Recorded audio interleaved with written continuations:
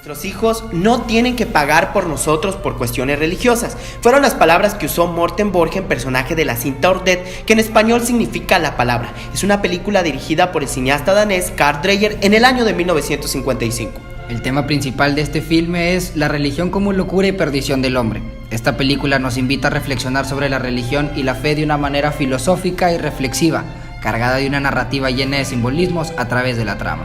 La película se desarrolla en la granja de un pueblo donde viven los Borgen. La cabeza de la familia es el viejo Morten Borgen, que tiene 3 hijos, Anders, Mikkel y Johannes. El primero, Anders, está enamorado de la hija del sastre, que es líder de un grupo religioso. El segundo está casado con Inger, quien espera un hijo, y Johannes, que estudió teología y se obsesionó con las ideas de Kierkegaard al grado de actuar como si él fuera Jesucristo.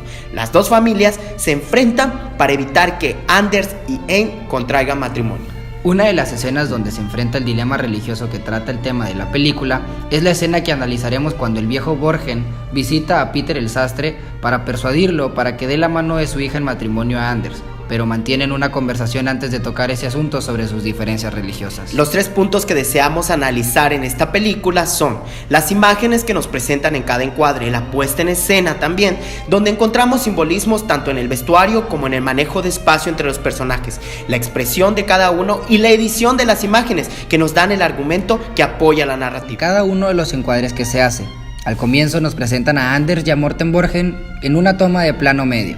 Los movimientos de cámara le dan dinamismo a la escena para no caer en la monotonía y aburrir al espectador, pero también bien pensado para ubicar tanto el lugar como a los personajes que van saliendo, como la esposa de Peter y Anne. Los acercamientos de las tomas crean cierta intimidad con el espectador cuando los personajes, en este caso Morten y Peter, entablan conversación. También el alejamiento nos permite cambiar la perspectiva cuando se presentan más trazos en la escena.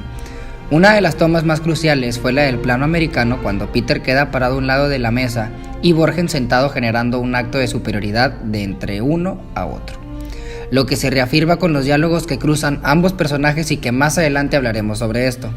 Desde la puesta en escena encontramos que cada uno de los personajes fue vestido en color negro como símbolo de sobriedad y solemnidad que reflejan el carácter conservador de cada uno de los personajes, que ambos tienen, pues llevan una vida religiosa. La expresión en sus rostros, por un lado de Borgen, con una mirada perdida en el infinito pero pensativa, son el reflejo de cómo el hombre puede perderse a sí mismo ante cualquier cuestionamiento sobre la religión y también su vida. Sus movimientos y voz pausada reflejan el carácter más deprimente. Por un lado, un Peter más conectado con el espacio, pero creo que no establece contacto visual con el otro personaje, lo que refleja que sus ideas pueden aislarlo de las personas, aunque pueda aparentar cierta empatía con su entorno. El trazo escénico es determinante, ya que en una escena donde Peter se levanta a buscar cerillos, queda parado a un costado de Borgen, por lo que al entablar su diálogo crea una sincronía entre lo que podemos ver y escuchar al mismo tiempo.